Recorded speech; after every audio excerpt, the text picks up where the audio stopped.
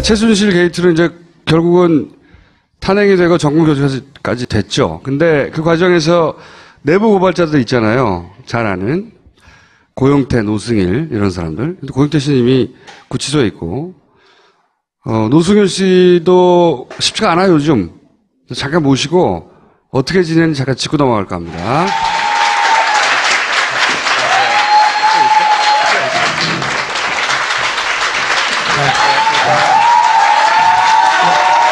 근데 고영태 씨는 수감돼 있고 구치소에.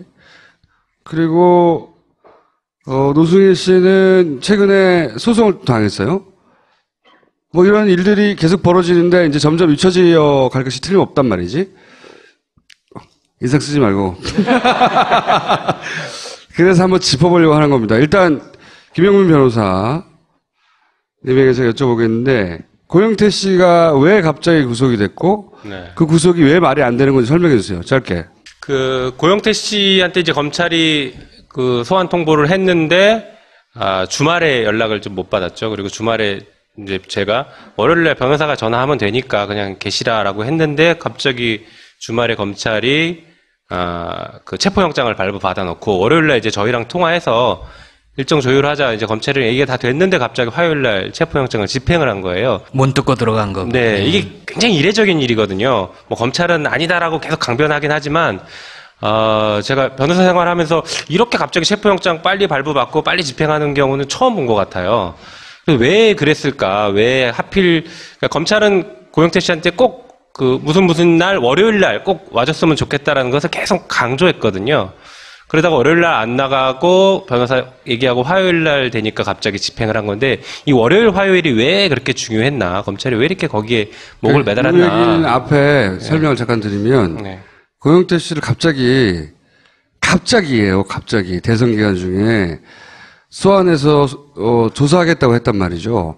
당황스럽잖아요. 그렇죠. 그 전까지는 검찰에 무척 잘 협조하여 사실 사이좋게 지냈어요. 그 왜 월요일 날 그렇게 오라고 했고 월요일 날 안 가니까 화요일 날 영장을 집행했느냐 보니까 그 월요일 날 우병우에 대해서 구속영장 청구했고 화요일 날 구속영장 기각이 됐잖아요. 화요일 날 구속영장 기각될 때 언론에 많이 나왔던 것은 특검보다 3분의 1도 범죄 혐의도 줄였다. 가족 횡령도 다 빼버렸다. 그래서 부실하게 청구한 거 아니냐라는 의혹들이 상당히 많이 있었거든요.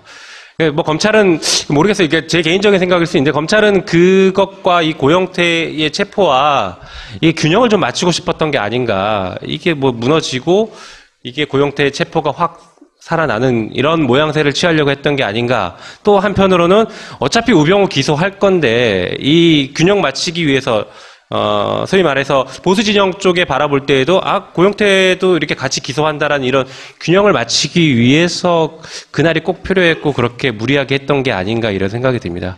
그래서 막상 잡아놓고 그런 수사하는 모습을 보면 검찰이 얼마나 급했는지를 확인할 수 있는데요. 막상 잡아서 불러놓고 고영태 씨한테 뭐 엉뚱한 얘기를 막 물어봐요. 자기 아들 펜싱 가르쳐도 되겠냐는 둥.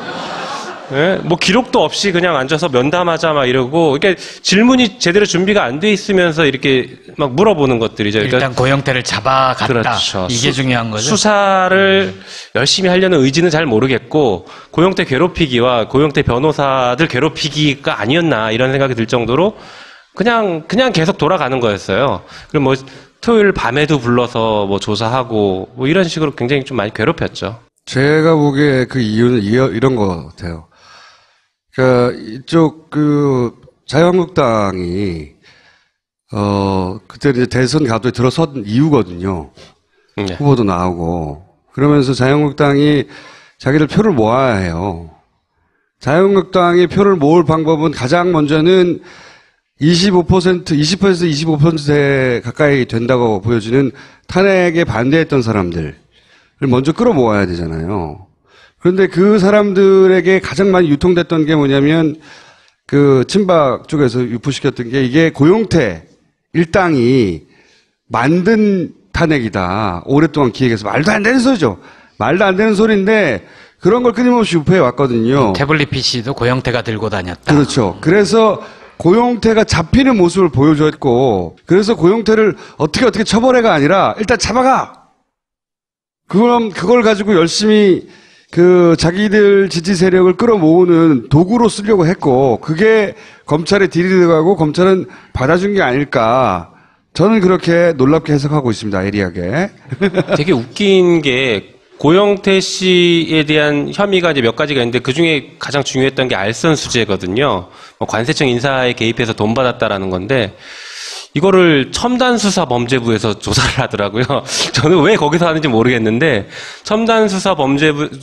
범죄수사부에서 열심히 막 제 수사를 진행을 하고 거기에 이제 첨단과 관련된 게 아무것도 없어요. 뭐 인터넷 댓글을 쓴 것도 아니고 뭐 컴퓨터를 사용해서 돈을 받은 것도 아니고 그런 게 전혀 상관이 없는데 알선 수재를 굳이 거기서 하는 것도 굉장히 이상했다. 저희가 추정하기로는 그거를 조사해야 하는 해당 부서에서 우리는 못하겠다고 했을 거라고 봐요.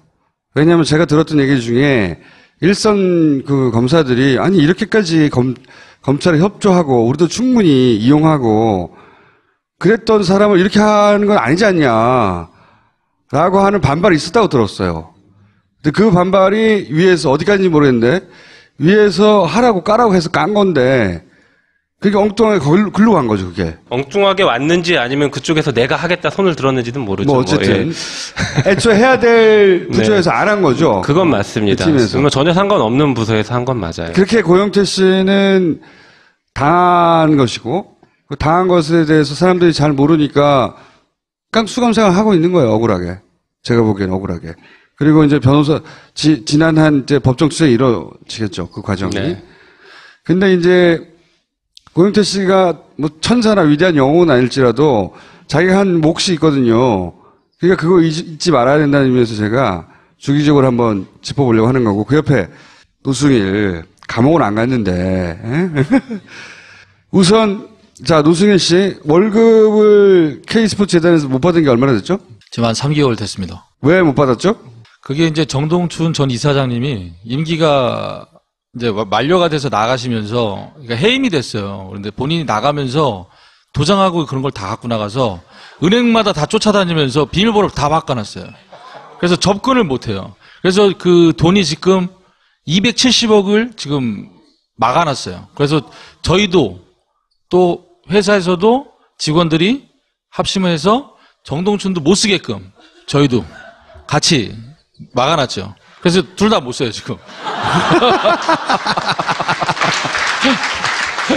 그래서 소송을 하고 있는데 이게 진행이 안 되고 있어요. 그러다 보니 일단 급여를 못 받은 생활 3개월. 이게 생활인한테 굉장히 힘든 거거든요.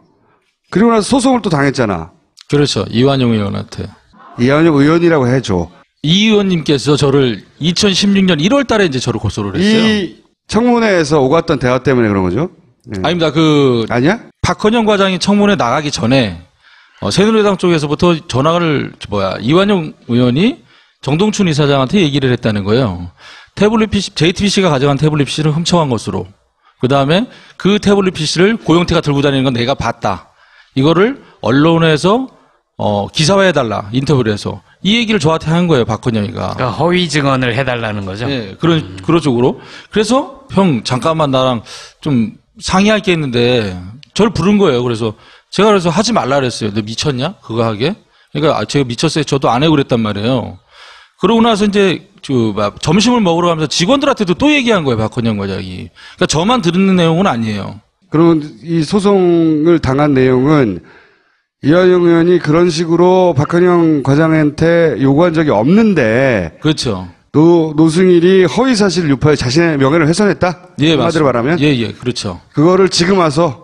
원래 이게 2016년 1월 달에 서울 남부지검에서 이제 소송이 걸렸어요. 아, 이미 그때? 예. 네. 근데 그때 지검에서 저한테 두 차례 전화 왔었는데 간단한 거였어요. 기자하고 어디에서 만나서 커피 마시면서 얘기했냐. 그거 물어봤거든요. 근데 갑자기 5월 달 들어서 서울 중앙지검으로 이게 사건이 이제 이송이 된 거예요.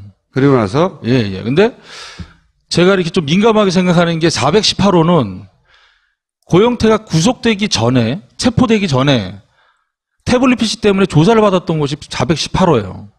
그럼 나도 그러면 저런 쪽으로 몰고 가려고 그러나? 체포된 이후에도 또 받았어요. 418호에서 한 번 더. 그래서 느낌이 이상한 거죠, 저한테. 그래서 소송 비용은? 지난달 급여 안 나와서 현금 서비스 받아서 집사람 갖다 줬어요. 아이고. 왜 소송병이 있겠습니까? 그냥 몸으로 때워야죠. 그래서 소승병은 안민석 의원이 그 개인 구자를 통해서 이제 후원 받고 있다고 하는데 이게 개인적으로 예를 들어서 노승일 씨를 도와줄 방법이 있어요, 법적으로? 변호사님? 잘못하면 이제 기부금품법 그러니까 문제가 제가 생겨서 그거예요. 네. 네. 방법이 뭐가 있어요? 뭐 등록하면 돼요. 기부금품법에 따라서 등록해서 모금하고 하면 되는데 절차가 복잡하고 불편하기 때문에 그 좋은 방법은 아니죠. 다른 방법은 없는 거 아니에요? 뭐 재단이라고 해야 될까 뭐 어떤 그 기금이 마련돼 있고 그 기금에서 바로 지원을 해주는 기금이 방식이면 어디 있어 좀 지금 편하죠. 노승일 기금이. 네. 근데 이제 뭐 지금 이 일회성이기 때문에 이제 계속 그런 문제가 생기는 거고 아니면 이제 이런 뭐 내부 고발자라든가 이런 것들을 도와줄 수 있는 시스템들이 마련돼 있으면 없어. 그렇게 그래. 도와주면 되는 거죠. 안 됐어, 씨발. 근데 방법이 없어. 응? 뭔가 하여튼 방안을 생각해보자는 의미에서 리마인드 하는 의미에서 오늘 불렀습니다. 여기까지 하겠습니다. 예, 감사합니다.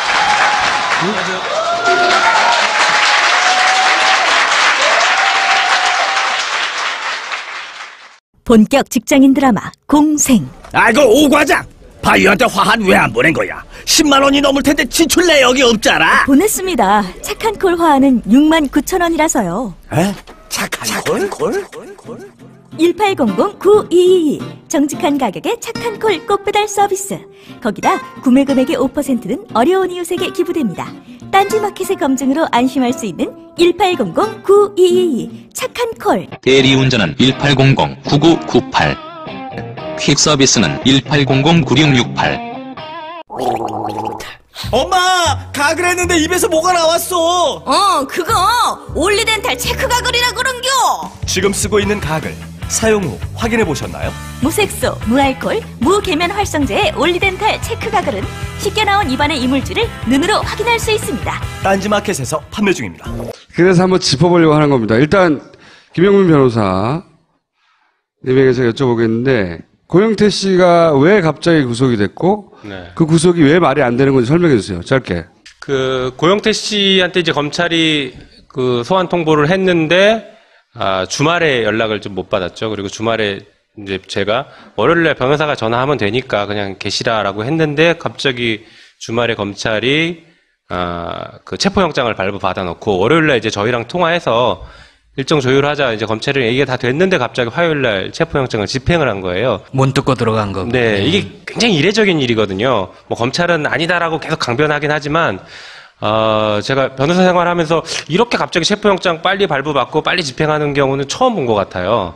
그래서 왜 그랬을까? 왜 하필 그러니까 검찰은 고영태 씨한테 꼭 그러니까 최순실 게이트는 이제 결국은 탄핵이 되고 정국교체까지 됐죠. 근데 그 과정에서 내부 고발자들 있잖아요. 잘 아는 고영태, 노승일 이런 사람들. 근데 고영태 씨는 이미 구치소에 있고 노승일 씨도 쉽지가 않아요 요즘.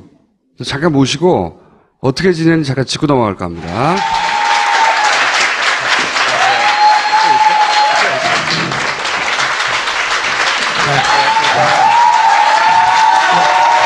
근데 고영태 씨는 수감돼 있고 구치소에. 그리고 노승일 씨는 최근에 소송을 당했어요. 뭐 이런 일들이 계속 벌어지는데 이제 점점 잊혀져 갈 것이 틀림없단 말이지. 인상 쓰지 말고.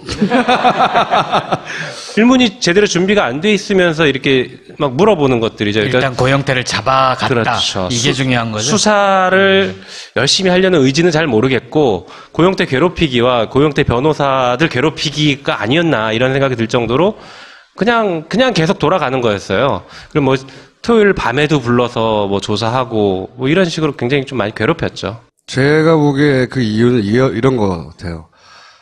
그러니까 이쪽 자유한국당이 그때 이제 대선 가도에 들어선 이유거든요.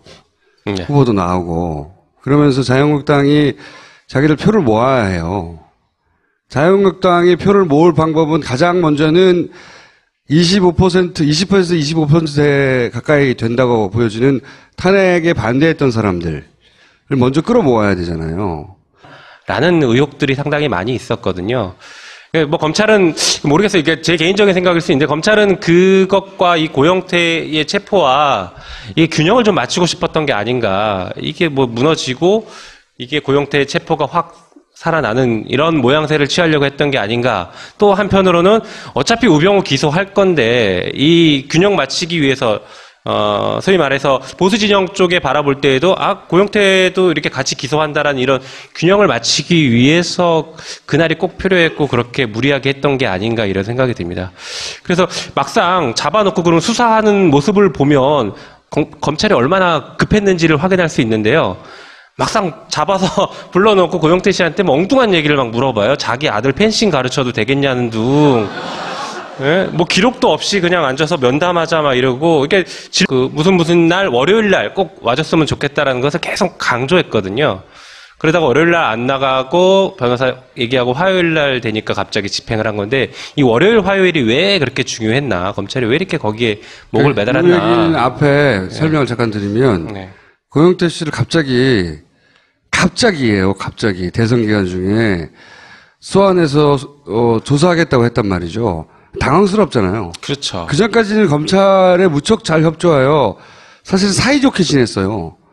왜 월요일 날 그렇게 오라고 했고 월요일 날 안 가니까 화요일 날 영장을 집행했느냐 보니까 월요일 날 우병우에 대해서 구속영장 청구했고 화요일 날 구속영장 기각이 됐잖아요.